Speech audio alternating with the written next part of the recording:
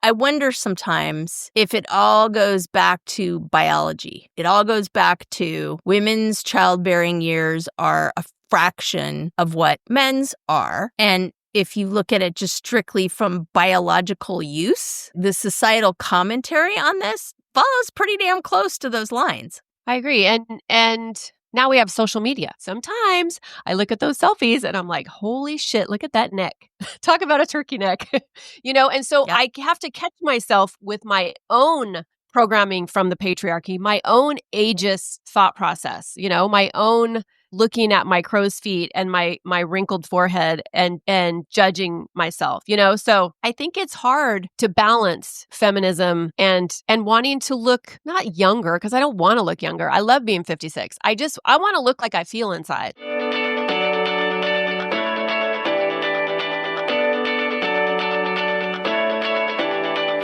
Welcome to Drinks with the Girls. Conversations for women over 40 around connection, change, and the power of female friendship. Living well with stories to tell. I'm Karen, and this is Lisa. We are moms and solopreneurs stepping into our own, diving into real conversations about things that matter to women in midlife. We're here to spill the tea on everything that affects women in their 40s and beyond. Topics like loss and grief, changing relationships, launching kids, menopause, and reinventing ourselves in midlife. We are here to tackle it all. Connect with us through a blend of our lived experiences, our friendship, the memory of our moms, plus a collection of real stories, honest conversations, and engaging interviews that will make women over 40 feel seen and remind them that they're not alone on this journey called life. Let's go. Hey everyone, welcome back to another episode of Drinks with the Girls. I am Karen, and I tonight am drinking a Guinness. Happy St. Patty's Day. Oh, yummy. That's what I forgot. Love Guinness. We are recording this on St. Patrick's Day, and I've never had a Guinness in my life. Are you joking me? I am not joking you.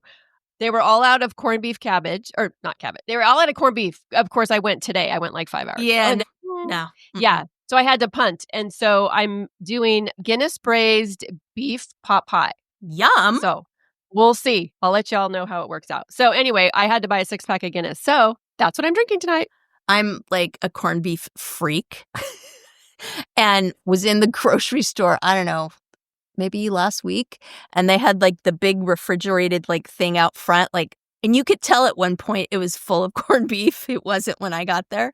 And I'm like, hold up, because it was like buy one, get one free. So I scored. I got like 3 corned beefs. It was probably $40 worth of meat, and I paid like $18. And whoa, every year we do this, and I bring it home. My husband's like, that's so much meat. I'm like, watch, it'll be gone. Like everybody in our house loves it. So poof. Now, I have a question for you about the Guinness, though. Did you get the one with the little nitro top, or is it just like pop it? What's the nitro top? Okay, I don't even know what that is. Funny story. For the longest time, they did not can Guinness because part of the allure of Guinness is pouring it on draft. And if you talk to bartenders, they'll tell you like it's different to pour Guinness. Like there's this whole process and it's slower and this, that, and the other. When I was in Dublin, I toured the factory. That was super fun. So it took them a long time before they would okay distribution by can. But for a while, they were doing it in these like nitro cans. And I don't know the physics of it, but essentially there's some kind of pressure that's released that's not just like opening the can. I don't know, listeners, I'm dying on the vine here. Tell me what I'm messing up with my crap physics explanation. You lost me at can. I cannot drink beer out of a can. I don't know what it is. Oh, so you've got a bottle. So I have a bottle. Yep. I got a bottle. So, and normally that's me too, but there was something about the whole bottle can thing. So I don't freaking know what I'm talking about if you haven't figured that out. Sounds like it was interesting. An experiment is needed. Yes. Oh, y'all, this is my beautiful co-host, Lisa. What are you drinking, babe? Blah, blah, blah, blah. Sorry, St. Patrick's Day. So I have been realizing I've got to up my drinks game because my beautiful co-host always has these like fabulous new things out there. And I was in Trader Joe's the other day and I was like, okay, this is like, I've been on the sick train for far too long. I got to like branch out. I'm actually popping it open as we speak. Ooh, yes. And this is a Trader Joe's branded organic sparkling rosé tea beverage with white grape juice from concentrate, hibiscus, and rose hips. So I'm going to take a swig of this and see. It's got a weird mouthfeel to it, but I can smell the rose. A weird mouthfeel? I don't know. Trader Joe's will not be hitting us up. Yeah. I got another one. So this is interesting, but we'll see. Today, our topic is not St. Patrick's Day, nor is it Guinness, nor canned beverages, believe it or not. We are diving deep into the world of cosmetic enhancements, exploring both invasive surgeries, not that surgery is invasive in and of itself, but meaning you're not just putting something on top there, and more minimally invasive treatments like Botox and fillers.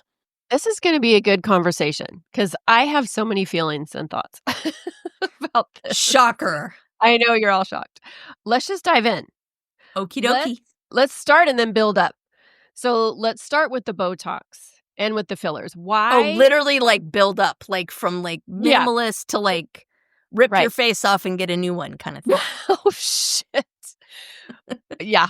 So is there anything less than Botox and fillers? Like, or is that's pretty much the bottom rung, right? Well, I mean, I guess in my mind, if you're talking about like enhancements, right? I think about like all the way down to like good skincare and then stuff like peels and things like that. Yeah. So are we going down to that level, or like what's our bright line here?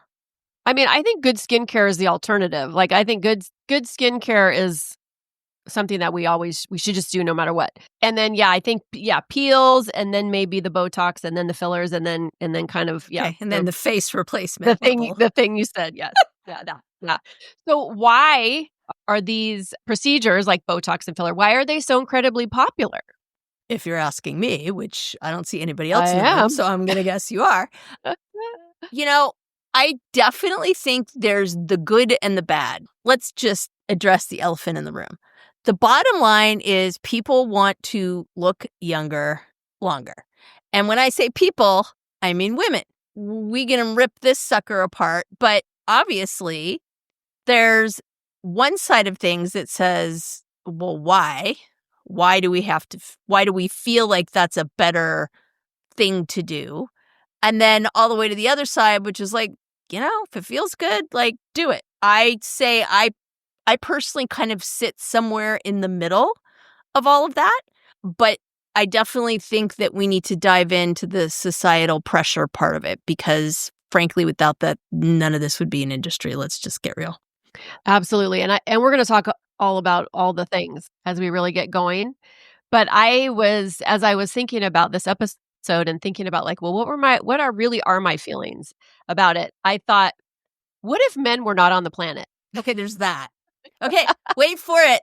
Here we go. Let's ditch the patriarchy. Let's kick the patriarchy's ass. Because we know whenever that comes up at the podcast, we all get a little happy. I mean, and we love men. We love our men. We do. No this shade. It's not a man-hating podcast. No, not at all. But, I really started thinking about like our societal constructs that we all grow up with as girls and women and, where it comes from and just all of it. And so then I was like, well, because also I think a lot of women care about what other women think.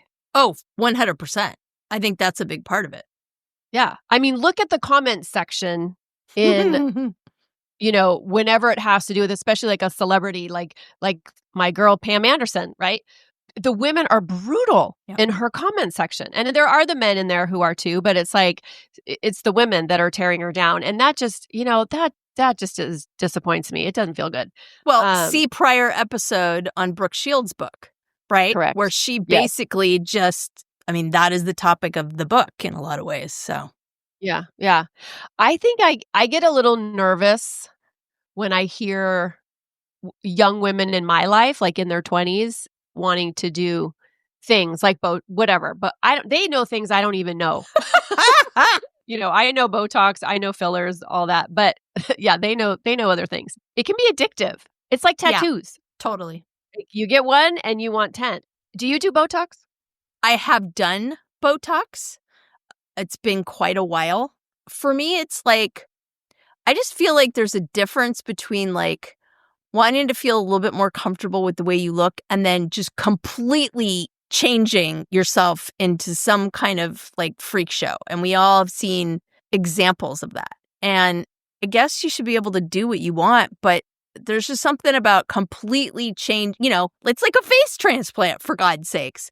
You've seen a lot of these people where you're just like, who the hell are you? And I'm not talking like a Jennifer Grey nose job here. Like, I'm talking like hardcore. Well, remember when Renee Zellweger got work done? And I feel like it was maybe like 10 plus years ago. Was it? I could be wrong because I'm not good with remembering shit. But she got blasted for getting plastic surgery. And that was people's complaint. Oh, she doesn't even look like herself. We don't even recognize her. But see, I thought she never even copped to it. I thought she was like, no, I haven't had anything done. I've got to look it up, because that's also my issue. If you're going to have work done because you want to, don't give us this bullshit story about how, yes, you, Kylie Jenner, have never had anything done like in your early 20s. That to me is just disingenuous. And more than that, it is, I'm sorry, but you're a role model to younger girls. I don't know how in God's green earth you can justify someone. I mean, what was Kylie, like 20 when she first got it done? You look at pictures and she literally looks like a different person. So to me, it's like, if you're going to do that, the minimum is you need to fucking own it. Because if you can't own it, then to me, that says right there that that's just not okay. See, I totally disagree. I don't think we owe then. I don't think we owe anybody shit. Like, I don't think I owe anybody an explanation about what I choose to do. And I mean, sure, in the people in the public eye, maybe they have a little more responsibility or whatever. And here's my thing. Okay. Like, I'm not talking about like the billionaire's wife or whatever, whoever, your best friend that goes and gets stuff done. I'm not saying they have to like take out an ad in the New York Times. But if you're a Kardashian and you're making money off beauty products and skin products and your looks, and you're telling people that, oh, I just wake up the morning and everything's fine and I don't have like an army of people and shit to do it, to me, I have an issue with that. That is disingenuous because they're profiting from it and they're pretending like nothing happened. And I don't know, that gets me heated. Well, that's different. That's shady marketing. Like if she's saying, oh, I look this way because of my skincare line, not because I've had all this stuff done. Like that, that's totally different. But in general, I don't think anybody owes anybody any kind of explanation. Oh, no. I think that specifically my comment is people like that are profiting off that and just being like, oh, I just woke up this way and everything was fine, and like, come on.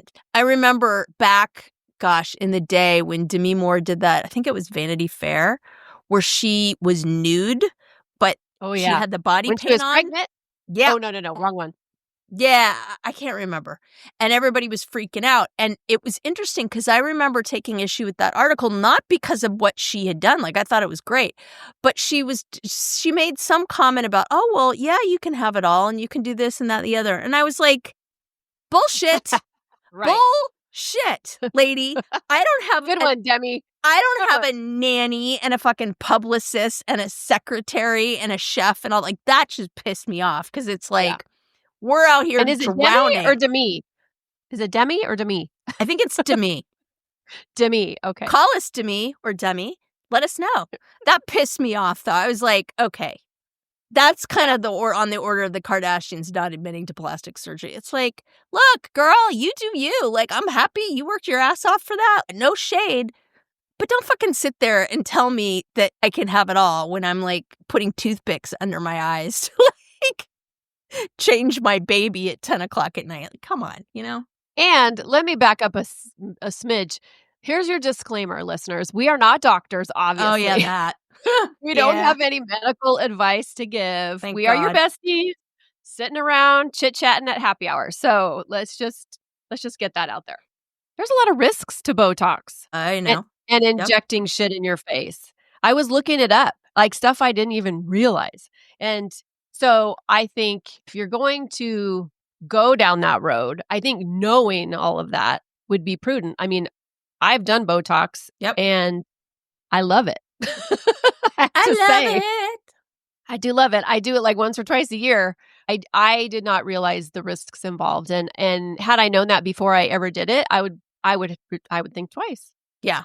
And I'd probably still do it. I think for me right now, it's a money thing. There's to be honest, there's a couple things I want to have done, and we can get into that. Hey there, I'm Lisa Corachella McDowell, your midlife Pacific Northwest princess, here to guide you in the art of next leveling your life.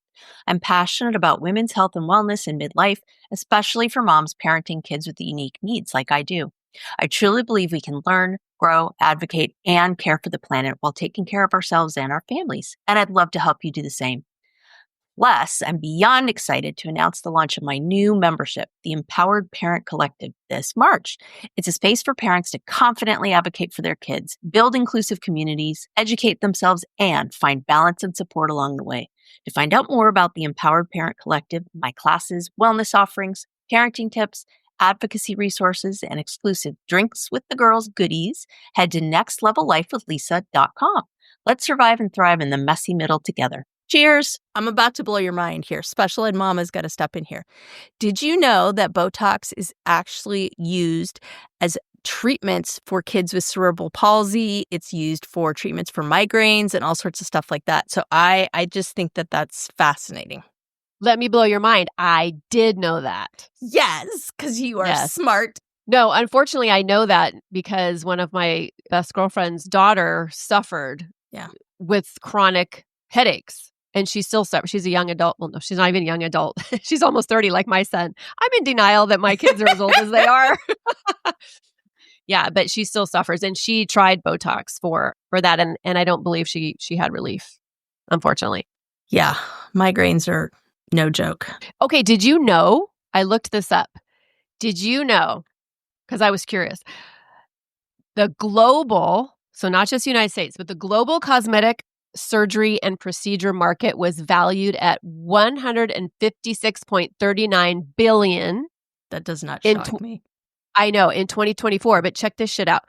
It's projected to reach $419 billion by 2033. Yeah. So, I mean, when you can put your facelift on a credit card. That's craziness. Yeah. So let me ask you this.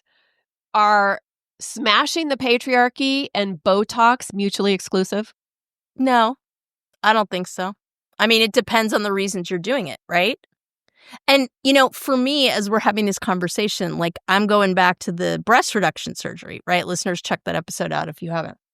So I went to a cosmetic surgeon, right? Because they're the ones that do breast reductions. And I think about like this conversation now about, okay, what's frivolous, what isn't, what should women be doing, what do they not owe people for? And I think about all the crap that I had to go through to get what in no way whatsoever was a cosmetically enhancing procedure, even though that's what it was billed as. That makes me kind of stop and think, right? Because it's like, here I am doing what I think and believe was a medically necessary surgery. If you don't know what I'm talking about, go back and listen to the episode. But here I am. I got to do all this stuff to make that happen. So I don't know where that fits into this discussion, but I feel like it's somewhere. So wait, where is all that? Where are all those hoops that you have to jump through for the people who are like the chronic over cosmeticized? Well, that's the thing. Is it's like, I guess money talks. Right?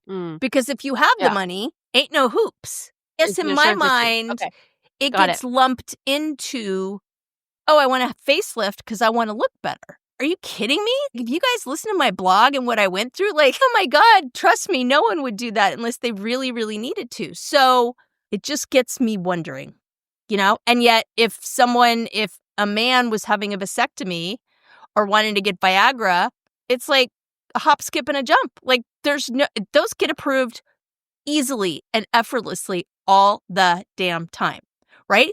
That's how the controversy started with the pill, right? Because there were insurance companies that were not covering the pill, but they were covering Viagra. And some of our sisters were like, wait just a fucking minute here. Yeah.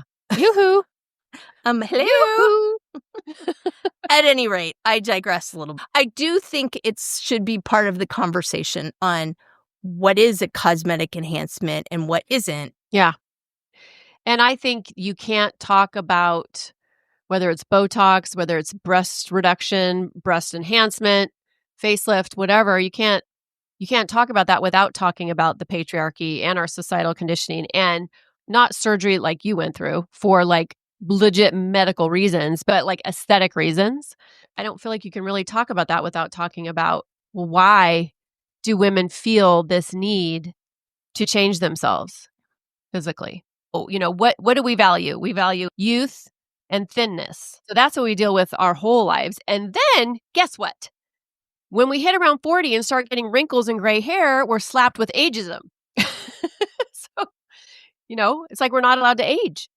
And I think the poop on the patriarchy part comes because men just, that's not a thing. I wonder sometimes if it all goes back to biology. It all goes back to women's childbearing years are a fraction of what men's are. And if you look at it just strictly from biological use, right? Yeah. It kind of goes down on those lines. So, I mean, we're obviously light years away from that now, but the societal commentary on this follows pretty damn close to those lines. I agree. And now we have social media, and that's a whole, have you seen some of those filters? Okay. Like I take a lot of selfies. Yes, you do. I take a lot of selfies. If listeners, if you don't follow me on my Instagram, I used to basically just take a selfie and then put my awesome post up with the selfie. And I recommend everybody take selfies, especially at this stage in our lives. Like, take the fucking selfies. You're gorgeous. But sometimes I look at those selfies and I'm like, holy shit, look at that neck. Talk about a turkey neck. And so I have to catch myself with my own programming from the patriarchy, my own ageist thought process, my own looking at my crow's feet and my wrinkled forehead and judging myself, So I think it's hard to balance feminism and wanting to look not younger, because I don't want to look younger. I love being 56. I want to look like I feel inside. I want to look vibrant, sexy, excited. And it's so interesting that you say that because, I mean, I go through that too. Everybody does. And I think in the last 18 months, the big thing that's bugged me about my appearance is that, and it's natural part of it, right, is there's a word for it, but the lines. Marionette lines. Those, right? And I've been thinking a lot about that. Like, what is it about that bugs me? Is it aging? And for me, I just look like I'm depressed all the time. Like, my resting bitch face is oh my God, I look so fucking serious all the time. So that's one thing I'm considering having some work done on, just because it's just depressing to look at myself and look so sad. Like, yeah, there's wrinkles. That part doesn't bother me as much. But for some reason, that particular aspect just seems to I just don't feel like it's showing my personality, because I'm not this like dour, depressed person. That's not how I roll. So that's one thing I've been thinking about doing because of that. I've noticed that I feel like we all, as we age, I think the corners of our lips turn down. Yeah. I think that's and is that from the marionette lines? I have no idea, but I mean, I know what you're saying. It's basically losing, elasticity and collagen and all that. And so stuff that naturally would have held it up isn't. So that's falling down. Yeah, that's one thing. But then, I mean, I do stuff, and I haven't in a while, and I really need to. I got one of those microcurrent devices, and that was great. And it doesn't like permanently erase the lines, but it helps to keep the skin tone. I'll do things like I take a vegan collagen builder, and that's great. Taking collagen in internally is good for your joints, is good for your muscles, is good for a lot of stuff. So to me, that's not just about like, hey, looking younger. That's like investing in your health and your body, at least in my opinion. I don't think I can probably say the same for the microcurrent device. I think that really is about anti-aging. But again, for me, it goes back to I just don't want to look depressed all the time. Like that's my thing. I can handle the wrinkles. I just can't handle this like depressed person. Because people, when you do what Karen and I do, you spend a lot of damn time on Zoom looking at yourself. And after a while, you're just kind of sick of it. I'm not going to lie.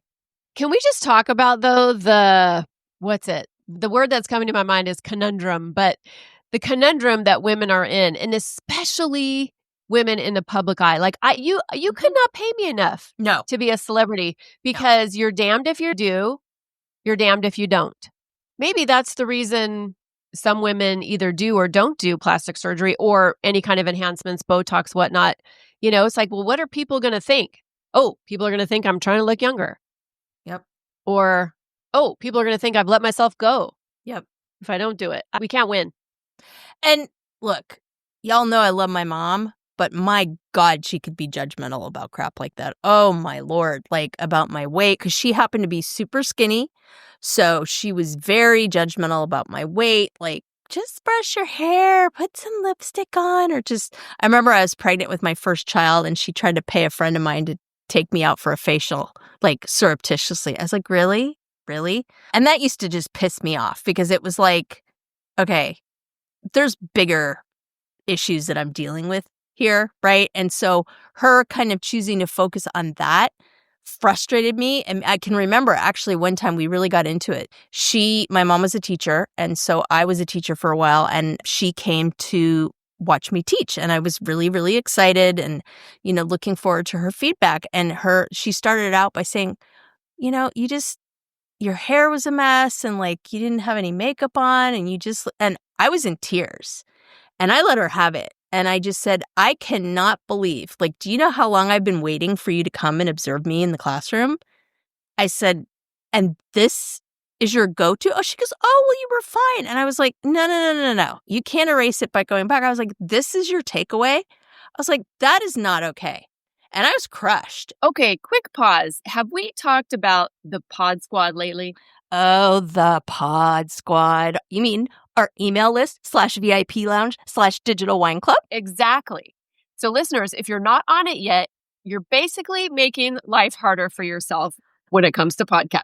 Like trying to scroll for show notes while speed walking on a treadmill. Wait, what was that link again? Oh, no. Grab the side rails. Or pulling up that book we mentioned while you're in the Starbucks line and then realizing everybody else moved up 3 cars and now you're that woman. We've all been there. That's why we made the Pod Squad. You'll get new episode alerts every week with direct links. Easy to listen, easy to share. And show notes straight to your inbox. So when we drop a life-changing product, book, hot tip, or yummy new drink, you're not rummaging through your memory like a woman searching for her reading glasses when they're on top of her head. It's organized, it's helpful, it's for you, babes. So join the Pod Squad. The link is in the show notes. Just tap it. Snacks, sarcasm, solidarity. And obviously, fighting the patriarchy. We write at dawn. I think she finally got it, but I just think that she was raised in an era where that was just such a thing, And I think for her, she was just skinny naturally.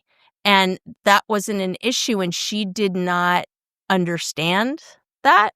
She, I think, like a lot of people in society, just thought it was because people couldn't keep the fork out of their mouth and didn't have the benefit of knowing kind of the things that we know now. Absolutely. And yes, we love our moms. We love our older generation women. And also, I can't even tell you how many clients I've had that I've had to help unwind the trauma from their mothers sending them to weight camp. Our moms' generations, like they were raised in a different time where that's important. Getting a man is your number one priority. And how do you get a man? By the way you look, right? And so I think it was hard for them. So much damage was done. And not that they did it intentionally, but it doesn't make it less harmful. Yeah. And I think for me, it's so much stuff I've got to unwind about that. But, my mom had cancer, like Karen's mom, but she ended up passing away from Parkinson's disease. And like I said, she was always skinny, and it was like this big thing that like, oh, Renee loved her pies and Renee loved her sweets. And she used to have them every night with cream and this and that and the other. And it's really, really hard for me to look back and think about that because the research has come out and has said that excessive sugar consumption, excessive like high fat dairy and things like that, there is a causal link to Parkinson's. Now, they have not come out and said it causes Parkinson's, but they have seen that there is kind of interaction with that gene that can make you prone to it. And so that's been something that's been taking me a while to process, just this idea that that was such a part of her identity. And everybody was just like, oh, there's Renee again. She weighs like nothing, soaking wet, eating desserts, and realizing that she actually was shortening her life. This is recent research. So, of course, she never had the benefit of knowing that. So she'll never know. But that hits me hard when I think about it, for sure. I think how the messages would have been different if she weren't so thin. It wouldn't have been, oh, how cute. Oh, she loves her sweets. Mm-hmm. There would have been a hell of a lot more judgment around 100%. 100%. So I follow this, God, I don't know what I hate to use the term influencer. I hate that word. But she's on Instagram. Her name is Alex Light, and she's like a body confidence. She's an author. I don't think she's a coach, but her mission is body confidence, right? And she put it on her feed or her stories, I don't know, 2 weeks ago. And it was Demi Moore and Renee Zellweger side by side. And the caption was, you can look like this at whatever age Renee is, let's say 50, whatever. You could look at like this at 50, blah, blah, blah. Or you could look like this at 62. And of course, Demi's porcelain face, just not a blemish. I think it was actually from when she got her Golden Globe. So she's all dolled up. And Renee, it looks natural. She looks like we do. She's laughing or she's making an expression. So, of course, you're seeing the wrinkle. And this is from, I believe it was from like a plastic surgery company or somebody that's selling, work. But I just hate it how it's like you're putting women against each other. Yeah, that's it's that really whole the comparison. crime. Yes, and competitive. And I just think if you want to get Botox, get it. If you don't want to get Botox or something else, or if you want to get a facelift, or if you want to get whatever, boobs, or you get it. You don't owe anybody anything. Likewise, if you don't want to get anything, if you feel really strongly about not wanting to do anything like that, then don't do it. Yep. But it just fires me up when I just see on social media. And social media is false anyway. Like everything on there is just, well, not everything, because I do kind of love me a little bit of social media, the social part. But there's just so much toxic bullshit on there. It's hard to wade through it. And I think that people have trouble shifting their perspective of someone in their mind. Pamela Anderson is a perfect example of that, right? Yeah. Because Pamela Anderson made a career out of being just the stereotypical buxom blonde bombshell. Like she was on one of the last covers of Playboy and everybody's like, oh, of course she is. That's perfect. And now in the recent past, when she's been like, nope, I'm just done. I'm moving on. I don't particularly want to wear makeup anymore. I don't want to do all that. People, as you know, have said all these horrible things about her online. But honestly, I think it goes back to people can't handle the change. They're just like, well, you were this way and now all of a sudden you're not. And what does that mean? I hate to say it, but I think it just comes down to people can't make that transition in their mind. They don't see women a lot of times as full friggin' humans and capable of changing their mind. And by the way, getting older, like aging. And that. Let's allow women to age. We were watching, and I don't want to throw my man under the bus, but I'm going to. Sorry, babe. We were watching. I don't want to, but I really don't, but I have to prove my point. We were watching The Last Showgirl with Pamela Anderson. How was that, by the way? I need somebody to see it so I can talk about it. Okay. I have so many mixed feelings about it. Now she's a showgirl. She's one of the last Vegas showgirls, right? And she's our age, basically. And it's just her whole grieving and mourning this coming to an end. But also, Tony looks at her and says, whoa, she's really not aging well. Oh, dear. My head was like, wow. It's like, damn. Look out, babe. And so I had to remind him kind of exactly what we were just talking about. Like she spent her early years really just being like a caricature of herself. And now that she's not wanting to do that anymore, it's hard for people to see her as her natural self. And then he got it after I was like, after the look, tirade. dude. Oh God, poor guy. That's why Brooke Shields titled her book. Brooke Yes. Shields is not allowed to get old, right? Like she talks about that. Again, see our episode. It's interesting that you bring that up because I had an experience with my daughter recently that I think is germane to the discussion, which I thought was really interesting. Some of you guys may or may not know that my daughter has autism. And without diving into that whole topic of girls and autism, girls with autism present very differently than boys with autism. And there's a whole big thing about that, which would take like another podcast. But the long and the short of it is that girls are better at what we call masking socially. They pick up on social cues, they understand them. And so typically they don't necessarily stand out as much as a boy with autism, right? So my daughter loves thrift shops and she got this sweatshirt. It was a cute pink little sweatshirt and had a little Playboy bunny on in the front. And so I'm pretty sure in her mind was just like, oh, this is kind of funny, sarcastic, like, ha ha. But she got busted for it at school and busted because of all the horrible connotations and things, obviously, that Playboy has come to notice.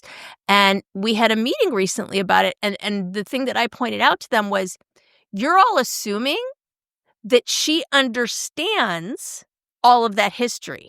Keep in mind, this kid came of age when Playboy didn't exist, right? So it's just like, oh, ha, ha, ha, women dressed up as bunnies. Like, she doesn't understand all of the shit that all of us do who grew up and understand why it was so damaging and objectifying to women. And so in her mind, she's just like, where is all this coming from? Like, it's just a joke, right? And so we really had to be very specific about like, the reason people and your teachers are having such a reaction to it is because of this. And in her mind, right, that autism brain, she's like, well, that wasn't what I meant. So I don't know why they're freaking out, right? Yeah. But I just thought that was so interesting because really that's kind of what it comes down to is if something triggers someone, does that mean that they're being too sensitive? Does that mean they're being disrespectful of another person's experience? So when is that applicable, right? Like, is it applicable in the case of my daughter who didn't grow up around that? Or is it applicable to someone who is politically different and hasn't had to experience racism or othering in a way that maybe somebody else did, like a woman of color? I definitely don't have the answers to this one. This is like a big ass question, but I think it's germane to what we're talking about because it really, this topic just stirs up so many feelings and people have very specific feelings about it one way or the other. Yeah. And often people can't articulate it, right? Like you're like, I have feelings and this is why. A lot of people will just be like, well, it's wrong. Well, they shouldn't do this or they, you know what I mean? And I don't know that people are able to back their position up with some type of a logical explanation, I guess is where I'm going on this long rant. Yeah, that was a long rant, but I totally, no, it was important. It was important. And I think what you said was really valuable. And it reminds me, I have this friend, I just remember she was extremely judgmental of women who had breast enhancement. They should just love themselves no matter what. They shouldn't, change their body, just all of it. And I get it. I get where, I get that perspective. I get where you're coming from. And also, I mean, it doesn't help to judge other women. It just doesn't. And she couldn't really see how her perspective was kind of harmful. It's like, look, just let people be who they are. Let them live. Let them make their own choices if they're not hurting anybody. I struggle with it. It's a struggle for me. But at the end of the day, I feel like feminism is about choice. That's about choice, right? And I'm not going to tell you what's the right choice for your body. Just like I don't want somebody telling me what I can do with my uterus. And, it's kind of the same. And so, yeah, are some of my decisions, like my decisions to get Botox, patriarchal? Yes.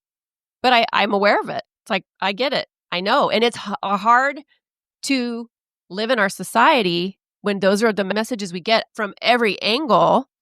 and just be like, oh, okay. Yeah, I'm fine with having my grandfather's forehead. No problem. Love you, boys, but come on, dude. And it's interesting that you say that, because I do think there's a big difference between having this general idea that women shouldn't do that to their bodies, they should be comfortable with who they are, and she shouldn't do that to her body. She should be comfortable with who she is, right? Because yeah. the former talks Yeah. about it more from society's structure and like, as a society, are we okay with that? As a society, are we okay with the fact that young girls feel the need to do that? In my opinion, that's very different from, oh, Sally Sue, you should love yourself the way you are, Sally Sue. You shouldn't get a boob job. You should be ashamed of yourself. And that, to me, is where this whole like women piling on top of other women thing that you talked about gets really, really nasty, because I don't think it's fair to call a particular woman out about that. If you have a problem with it, that's fine. But your problem is not with Sally Sue. Your problem is with society and what you feel it has made young women feel like. And I think that's a really kind of splitting hairs distinction that gets lost a lot. It's not Sally Sue. You need to look at yourself. Like, you need to look at your beliefs, your values, where they came from, and then make the decision that's best for you and keep your mouth shut when it comes to Sally Sue. I don't know. I just think women don't need any help getting the shit kicked out of them, metaphorically. Agree. Yep. Truth, and if you don't have something nice to say, don't say something at all. Not always. Not always. But my name is Karen Shatafian, and I am a shameless coffee addict and empowerment coach for women, and my love language is authenticity. My mission is helping women unapologetically design a life they're in love with. Because what the hell are we waiting for? My website, KarenShatafian.com, has all my coaching packages and free offers, like my midlife reclamation guide. In it, you'll find tools to help you decide how to create the most inspired and empowered version of yourself and your life. You can find me on Facebook and Instagram talking about ways women can show up for themselves after decades of showing up for everyone else. Join me as we throw off the shackles and live our best freaking lives. See the show notes for all the details. Cheers. Linda Evangelista is the one that had that whole plastic surgery disaster. Oh, see, I don't know. I don't know anything about her. So Linda Evangelista, the whole thing, if y'all don't know about that, she got this form of facial enhancement, for lack of a better word, called cool sculpting. And the idea is that it freezes fat cells. And I've only really heard about it with use like in your body, right? Like trying to slim down your butt and your midsection, that kind of thing. But apparently there's some kind of procedure where you can do it in your face. And I don't really know why anybody would. I don't know the particulars, but apparently it really, really messed up her face. And of course, right, you're Linda Evangelista. How do you make your money? You make your money as a supermodel. So if you don't look anything like you did before, then from a purely financial standpoint, that's going to affect you, because you've modeled that face with that face for so long, you've earned money, and now you look different. And so she's on this like massive kick about it. I don't know how I feel or how that all shakes out. There's something to be said for, well, if you're going to play in that world, you got to kind of accept the good and the bad. I don't know. Do I think somebody should have fucked up her face? No, absolutely not. If it was a medical thing, then she should be able to sue and it should be a problem. Let's just sum it up. Shit happens. How about that? Okay, that works.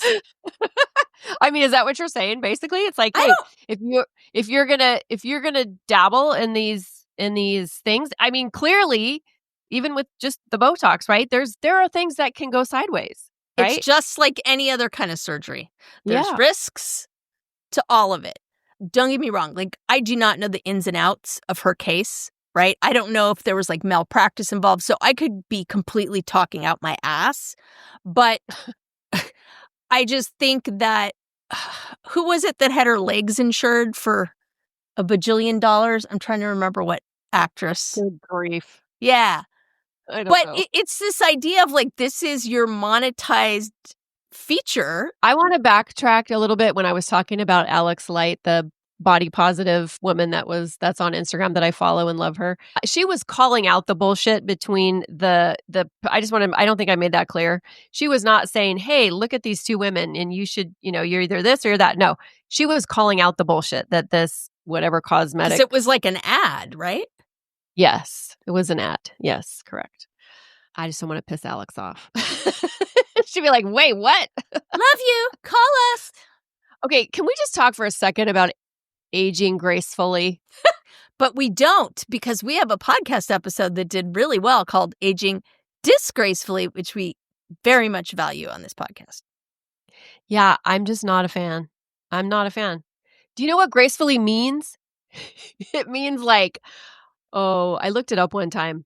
Respectful, elegant. It basically means go into the shadows where you belong and just fade away and don't cause problems. No, it's worse than that. Oh, God. Dignified, attractive, elegant, respectful, right? So again, society's trying to keep us in this nice little box, just kind of disappear, just be a nice little granny. And I'm sorry, fuck that. Hard no. So yes, go listen to our Aging Disgracefully if you have not heard that episode. I just think it all comes down to empowering your choices, okay?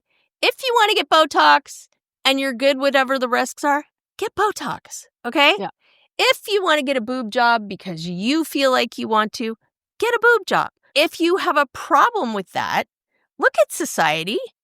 Don't shoot the messenger, okay? If you have angst and feelings about that, direct them towards society at large, not the poor aspiring model trying to make it in the industry. She's just trying to feed herself, and I just think it's misplaced when you start going after people. Yeah, definitely. And going after people for doing something that comes naturally. Aging. Come on. I don't know how to bring women of color into this conversation because I know this is a very privileged, it's a different conversation because when you think about it, think about women getting, let's say a facelift or work done to their face. It's a very Eurocentric, ideal, And then, and I might, again, I'm going to use your term, but I might be talking out my ass now, but I don't know with the way that our medical industry in the United States especially treats women of color, I would be maybe afraid. I would be afraid that I wasn't going to get good care if I were to get elective, surgeries or something like that. So I don't know. Listeners, let us know. Are we off base? Are we on the right track? To go back to the part about women of color, it's not lost on me that Black supermodels who really made it, quote unquote, in the world had a very Eurocentric, to use your word, aesthetic to their face. They did not have traditional Afro or Afro-Caribbean features. And what I mean by that is look at Iman, right? Iman is, I believe, Somalian or Ethiopian. I can't remember. But that particular part of Africa, people are known for very kind of elongated, almost Western faces. Look at Naomi Campbell, right? Look at Beverly Johnson, Tyra Banks. They all have very kind of traditional looking faces, right? We're not out there celebrating different kinds of ways that are more Afrocentric in the way women look. So, for example, take someone like Cynthia Erivo, who has a very traditional African face. And what I mean by that is she doesn't have a thin nose or again, I sound like I'm talking out my ass, which I kind of am as a white woman. But if you look at these traditional kind of ideals of beauty, it's like we're okay with women of color being part of them, but they can't deviate too much from that Eurocentricness, or that's not beautiful. That's something else, right? Yeah. I understand what you're saying. Yeah. I think about, there was this whole big thing when I'm spacing on her name, Bridgerton, Simone Ashley. And then there was another actress that played her sister on there, and I'm spacing on her name, but they are East Asian.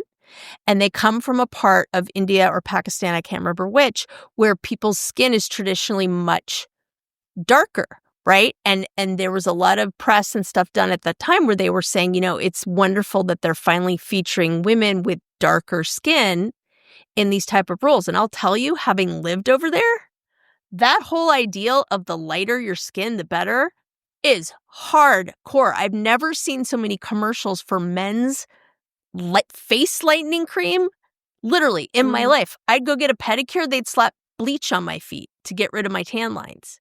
So that's another part where people can't just be who they are. There's like a certain very rigid aesthetic to it. Something we haven't really gotten into, other than my latest little rant here, is just that aesthetic of beauty and who decided what's beautiful and what isn't. It falls back to racism. Mm-hmm. Yeah, to your point, like the traditional air quote beauty standards here. I mean, you look at different cultures, right? And I'm spacing about what culture I'm talking about here, but some cultures, skinny women are not celebrated as aesthetically beautiful. Women that have some heft to them are considered beautiful and fertile and celebrated, right? So it really is very culturally biased.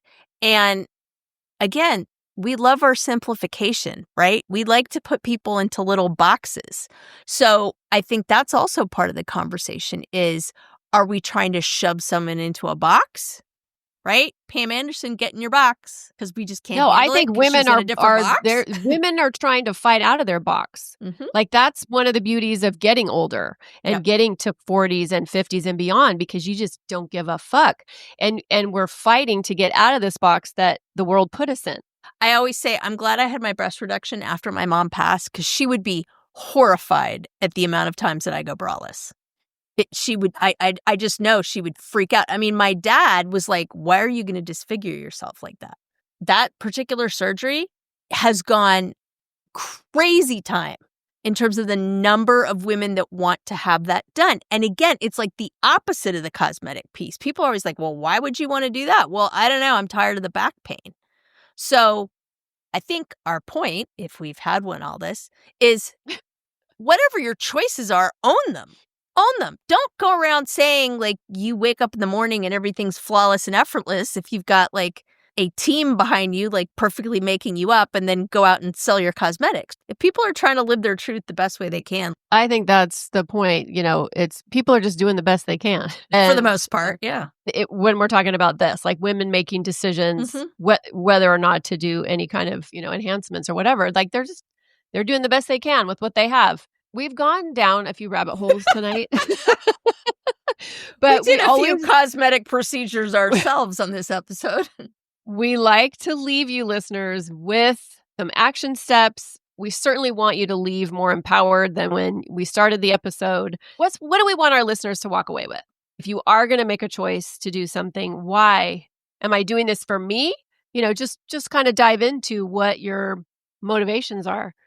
And if that's important to you and you feel that that is going to bring you some joy, go with your bad self.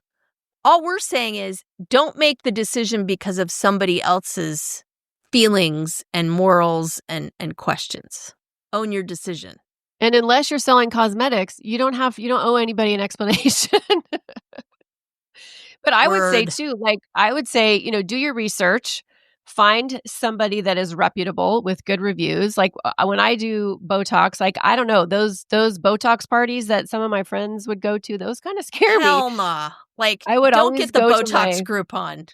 Yeah, no Groupons. I would go to my dermatologist. I always would go to an RN. Talk to women if you're thinking of having something done, talk to other women. Yeah, I have a friend that gets, I forget what they're called, but they're these injections. It's like you get hooked up to an IV and it's like vitamins and different kinds of things like that. And where was I? Oh, it was at the Vegas airport. And there was like, you know how they have like massage stands and different kinds, and they had one of those there. And she looked at me, I was like, oh, hell no. I am not going to go get someone in an airport who gets paid like $12 an hour to stick a needle in me and like pump stuff in there. No, thank you. Thank you. No. Next. No. Nope. So if we've activated anything in you listeners, be it positive or negative. Exactly. We always want to continue the conversation. So if you have any feedback, if you have an experience or your own feelings that you want to toss around, we are on all the socials. All the Instagram, Facebook, Pinterest. We have a website. So, and Lisa and I both have our own social media accounts. So you could definitely find us because we want to hear from you because you're our besties and we're sitting around shooting the shit, talking about things that matter to women over 40. And the other thing is, we're not the experts, right? Like Karen said, we're not doctors. We're not like case managers for a plastic surgery unit. If you think we're full of shit, tell us. Let us know. Yeah, absolutely. Like, one of the things I feel like we pride ourselves on is everybody can always do better. And if you feel like we should, and you have something to say that you feel like we could learn something, please. I consider myself to be a lifelong learner, and I know Karen does too. So it doesn't have to be pretty and nice. It'd be great if it was a 5-star review, but if it isn't, that's okay too. I think everybody knows at this point of doing this for, we're coming up on a year, folks, if you can believe that. It's crazy time. Yeah, stay tuned for more of that later. If we are nothing else, we want to be authentic, and we don't want to show up with our own thoughts, views, feelings, and we want you guys to do the same, listeners. So let us know. Did this episode land for you? Did you learn anything? Did you get a new perspective? Did it fire you up? Are you pissed? You want to let us know?